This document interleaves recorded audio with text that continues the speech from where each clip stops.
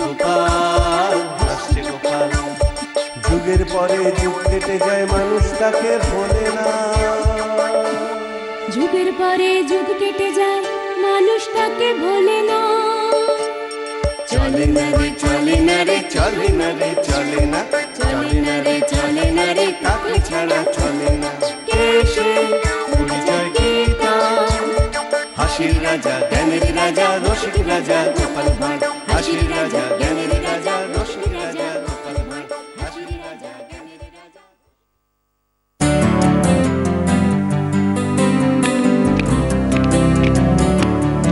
মহারাজ, ভিনদেশী এক বণিক আপনার সঙ্গে দেখা করতে এসেছেন। ভিনদেশী বণিক? ঠিক আছে, তাকে নিয়ে এসো। যথা আজ্ঞা। বুঝলেন মহারাজ, ভিনদেশী বণিক যখন, তখন নিশ্চয়ই সাথে করে ভালো ভালো জিনিস নিয়ে এসেছে। মন্ত্রী, তোমার স্বভাব না কিছুতেই পাল্টালো না। সব সময় কেমন একটা ছোঁকছোকানি ভাব। আসলে মহারাজ, বিনা পয়সায় কিছু পাবার জন্যে আমাদের মন্ত্রী মশাই সব সময় কেমন যেন মুখিয়ে থাকেন। এই তুমি থামাতো।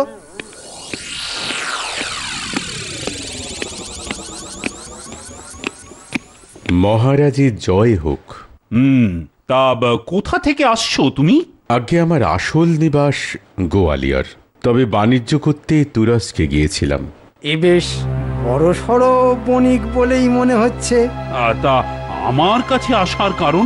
আগে মহারাজ, পথের মধ্যে ডাকাতরা আমার প্রায় সর্বস্ব লুট করে নিয়ে চলে গেছে। আহারে, বণিকদের এই এক বড় জ্বালা। রাস্তাঘাটে যখন তখন ডাকাতের উপদ্রব।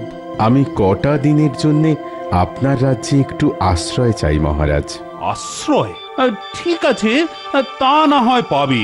গোপাল, বণিককে আমার অতিথিশালায় নিয়ে যাও। আমি থাকতে গোপাল আবার কেন কষ্ট করতে যাবে মহারাজ? কে কষ্ট করবে আর কে কষ্ট করবে না সেটা আমি বুঝবো। মহারাজ, আমার কিন্তু একটা নিবেদন আছে। আমাকে এমন একটা থাকার জায়গা দেবেন যেখানে একটা আস্তাবল থাকবে, কারণ আমার একটা গাধা আছে। আস্তাবলের অভাব হবে না, অতিথিশালায় আস্তাবলও আছে। তাহলে বণিককে নিয়ে আমি যাই মহারাজ। হ্যাঁ, এসো এসো। গোপাল নিয়ে যাচ্ছে যাক, একটু পরে আমিও যাব। কেন জানি না, আমার শুধুই মনে হচ্ছে বণিকের সাথে নিশ্চয়ই কোনো মূল্যবান সামগ্রী আছে। পছন্দ হয়েছে তো ভাই? পছন্দ না হবার তো কিছু দেখছি না। এত সুন্দর ঘর, তারপর অত ভালো আস্তাবল। তোমার গাধাটিকেও না খুব সুন্দর দেখতে। গাধা হলেও দুধ সাদা রং। চলে এলাম। আসলে গোপাল তো খুব একটা অতিথিশালায় আসে না, তাই ভাবলাম যদি কিছু অসুবিধে হয়। তা গোপাল না গাধা, কিসের কথা যেন হচ্ছিল? আসলে গোপাল বলছিল আমার গাধাটিকে নাকি খুব সুন্দর দেখতে। হ্যাঁ হ্যাঁ, আসার পথে আস্তাবলে মুখ বাড়িয়ে আমিও গাধাটাকে দেখে এলাম। আর একটু বড়সড় হলে ঘোড়া বলেই মনে হতো। হ্যাঁ হ্যাঁ, ঠিকই বলেছেন, ঘোড়াই বটে। আপনারা পরম বন্ধুর মতো আমায় আশ্রয় দিয়েছেন বলেই বলছি। এই গাধা কিন্তু দেশি গাধা নয়। পূর্ণিমার রাতে আদর করে এর ঘাড়ে হাত বোলালে এটি ধীরে ধীরে পক্ষীরাজ ঘোড়ায় রূপান্তরিত হয়ে যায়। আশ্চর্য তো। কিন্তু কোথায় পেলে এটা? এক বৃদ্ধ মুসাফির এটি আমায় উপহার দিয়েছেন। তা একবার গাধাটাকে পক্ষীরাজ করে দেখাও না বণিক। সে তো এখন সম্ভব নয়, কারণ ওই যে বললাম পূর্ণিমার রাত। এখন তো কৃষ্ণপক্ষ, পূর্ণিমা আসতে এখনো বেশ কিছুদিন বাকি। আর অতদিন তো আমি এখানে থাকবো না। সে তুমি যে চুলোতেই যাও না কেন, তার আগেই ছলে বলে কৌশলে ওই গাধাটিকে আমি হাতিয়ে নেব। গাধাটাকে পক্ষীরাজ ঘোড়া হওয়া দেখাতে না পারলেও আরও এক আশ্চর্যের বস্তু আমি আপনাদের দেখাতে পারি। ওটিও ওই মুসাফিরেরই দেওয়া। কি ভাই, কি? আমের আঁটি।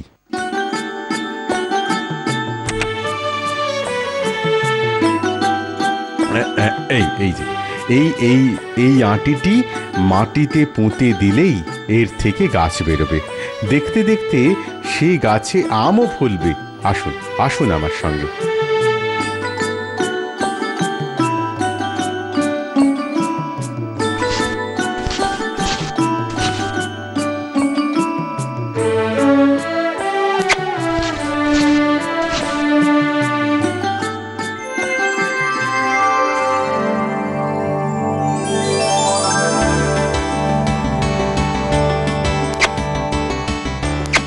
নিন, খেয়ে নিন, খেয়ে দেখুন।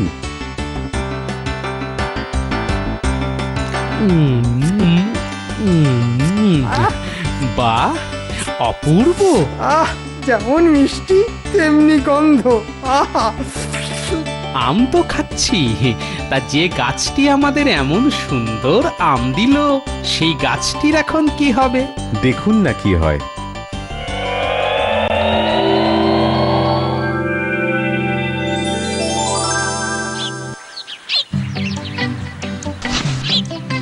তাহলে বণিক, আমরা এখন চলি। তুমি বরং বিশ্রাম নাও, আমি আবার এসে তোমার খোঁজ নিয়ে যাব। আমিও আসবো। না না, যেমন করেই হোক বণিকের গাধাটিকে হস্তগত করতেই হবে। কিন্তু কি করে? চুরি করে কিংবা মেরে ধরে? মেরে ধরে তো আর কেড়ে নেওয়া যাবে না। মহারাজ জানতে পারলে চলে যাবে। কিন্তু কি করা যায়, কি করা যায়? বণিকের গাধার কথা শুনে আর আমের আঁটি দেখে মন্ত্রীমশাইয়ের চোখগুলো যা চকচক করছিল না, কি জানি বাবা, যা লোভীও, কে জানে কখন আবার কি করে বসে। হ্যাঁ, মাথায় এসে গেছে। ওই আমের আঁটি দিয়েই আমার কাজ হাসিল করতে হবে। কিন্তু কখন হাতাবো এই আমের আঁটি? হ্যাঁ, রাতের বেলা বণিক ঘুমিয়ে পড়লে।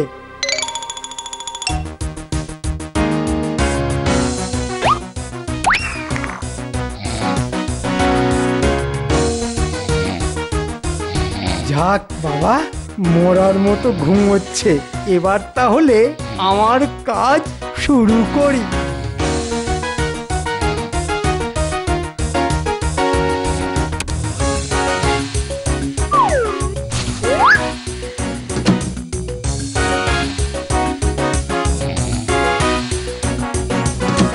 গাধাটাকে থুরি থুরি থুরি, ওই পক্ষীরাজ ঘোড়াটাকে একবার দেখে গেলে কেমন হয়?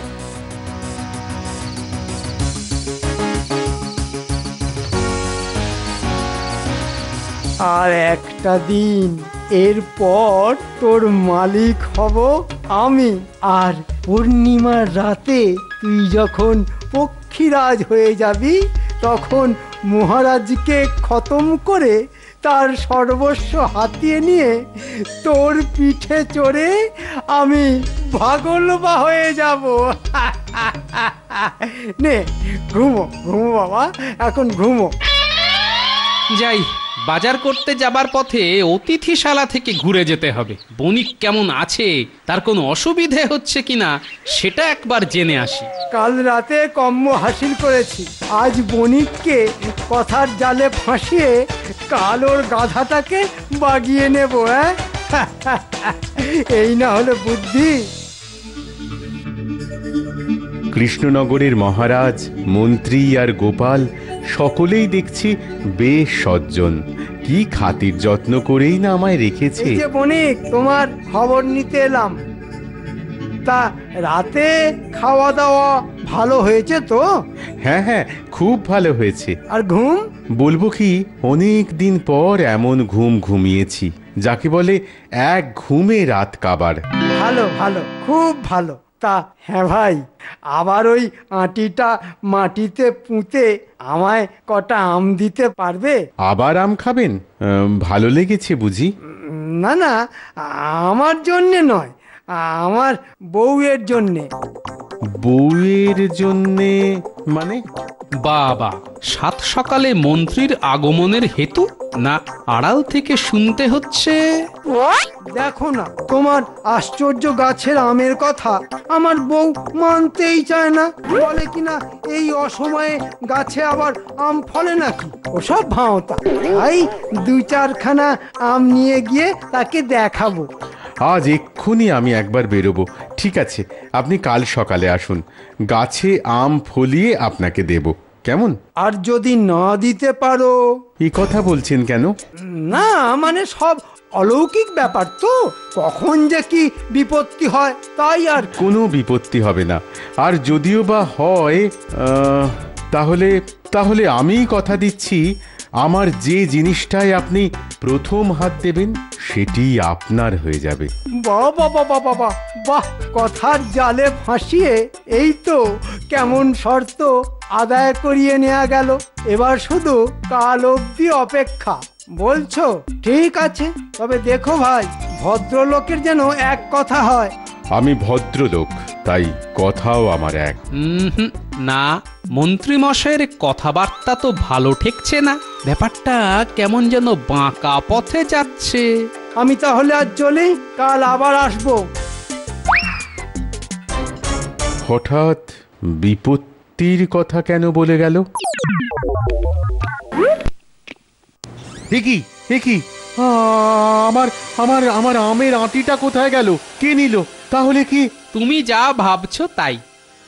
মানে? মানে আবার কি? মানে তো খুব সোজা। আমার অনুমান যদি মিথ্যে না হয়, তাহলে আমের আঁটিটি সরিয়েছে ওই পাজির ধাড়ি আমাদের ওই মন্ত্রী মশাই। সে কি? আমি তাহলে এখন কি করব? দেখো, হাতে নাতে যখন ধরা পড়েনি, তখন মন্ত্রীকে ধরার কোনো রাস্তাই নেই তোমার কাছে। তুমি বরং তোমার এই গাধাটাকে রক্ষা করার ব্যবস্থা করো। কিন্তু কি করে? মন্ত্রী তো আমাকে দিয়ে শর্ত করিয়ে নিয়ে গেছে। দরজার আড়াল থেকে আমি সব শুনেছি, তাই বলছি, কাল আম দিতে না পারলে ও তোমার গাধাটার ওপরই নজর দেবে।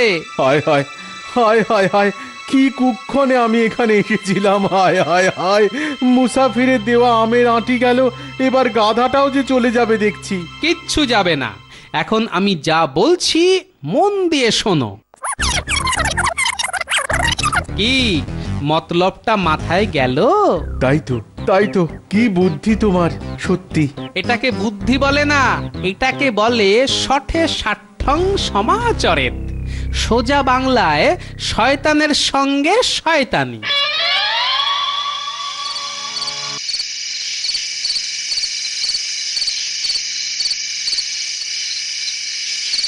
এত রাতে হাতে একটা থলে নিয়ে শয়তানটা কোথায় চলেছে রে বাবা?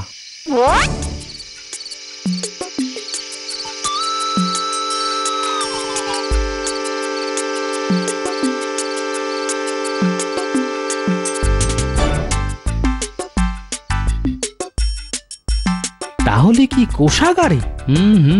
হতে পারে। মহাপুরুষটির তো গুণের আর কোনো খামতি নেই। কাল রাতে বণিকের আমের আঁটি হাওয়া করে দিয়েছে, আজ হয়তো কোষাগারটাই হাপিস করে দেবে।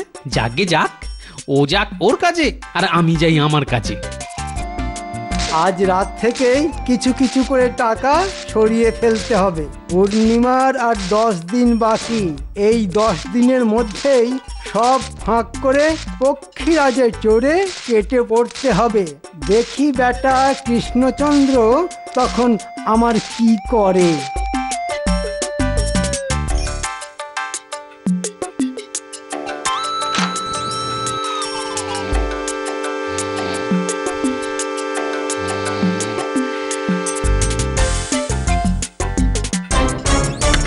এই তো বণিকের সেই আমের আঁটি। তাহলে আমার অনুমানই ঠিক, কাল রাতে মন্ত্রী বেটা এটাকে সটকে দিয়ে এখানে লুকিয়ে রেখেছিল। আয় বাবা, আমের আঁটি এবার গুটি সুটি আমার ফতুয়ার পকেটে ঢুকে যা।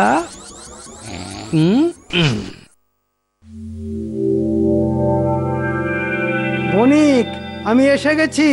এবার আমায় ওই আশ্চর্য আম দাও দেখি।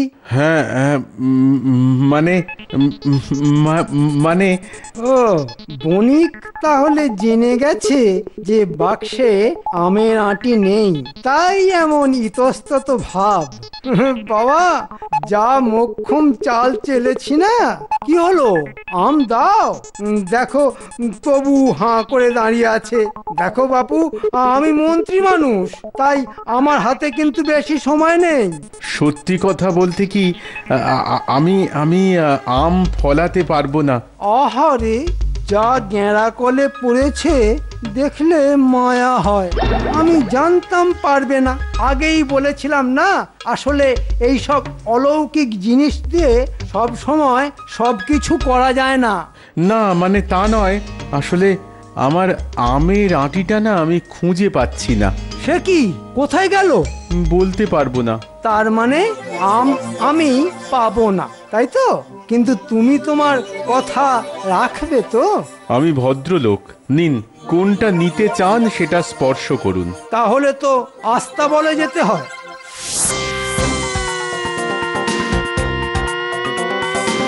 মন্ত্রীর সাথে একটু নাটক করি। এ কি মন্ত্রী মশাই, আপনি আস্তাবলের সামনে এলেন কেন? কেন এলাম বুঝতে পারছো না? তোমার ওই গাধাটি যে আমার চাই। নাটক আর একটু জমিয়ে দিতে হবে। অনুগ্রহ করে ওটি নেবেন না মন্ত্রী মশাই। এখানে এসে আমার আমের আঁটি হারালো, ওই গাধাটাই আমার শেষ সম্বল, তাই দয়া করে ওটাতে হাত দেবেন না। সব নাকে কান্না ছাড়াতা। তুমি না বলেছিলে ভদ্রলোকের এক কথা? হ্যাঁ, এ কি, দরজাটা আবার দড়ি দিয়ে বাঁধলো কে?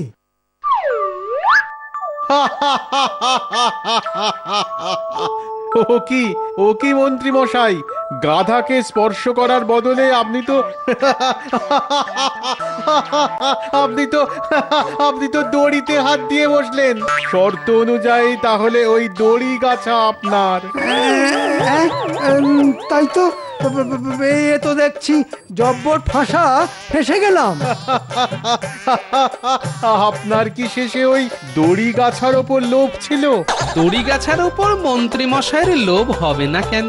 ওই যে কথায় আছে না, অতি চালাকের গলায় দড়ি।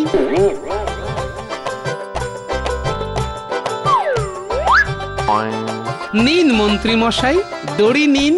গরুও বাঁধতে পারবেন, আবার মনের দুঃখে গলায় দিয়ে ঝুলে পড়তেও পারবেন। গোপাল, তোমায় আমি দেখে নেব গোপাল, তোমায় দেখে নেব। এতদিন দেখেও আশ মেটেনি, আবার দেখতে চান? ইয়ার কি হচ্ছে না? ইয়ার কি? ঠিক আছে, জীবনের শেষের দিনটার জন্য তৈরি থেকো। আমি তো সব সময় সব কিছুর জন্য তৈরি মন্ত্রী মশাই। ঠিক আছে।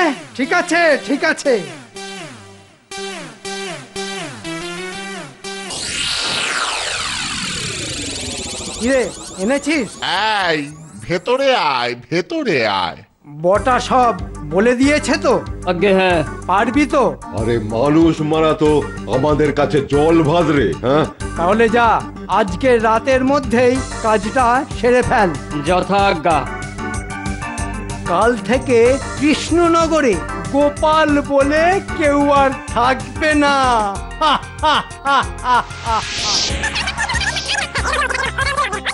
তাহলে বুঝতে পারলি তো কি করতে হবে তোদের?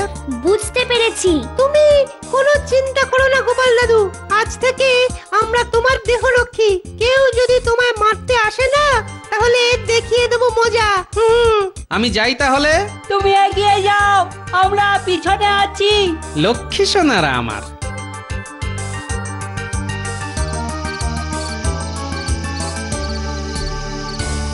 গোপাল এই পথ দিয়েই বাড়ি ফিরবে। আরে নাগালের মধ্যে এলেই মাথায় লাঠির বাড়ি মেরে ব্যাটার ভবলীলা সাঙ্গ করে দেবো।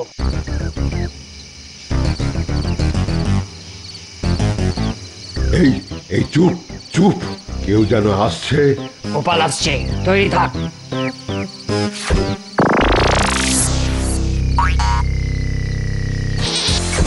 বাবা গো!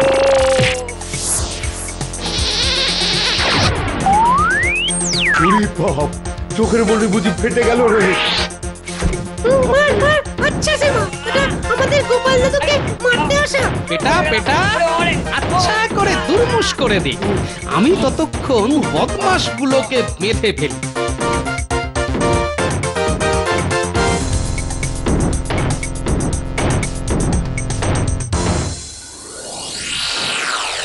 কি ব্যাপার, এতটা বেলা হয়ে গেল, গোপাল এখনো এলো না কেন? সে আর কি করে আসবে?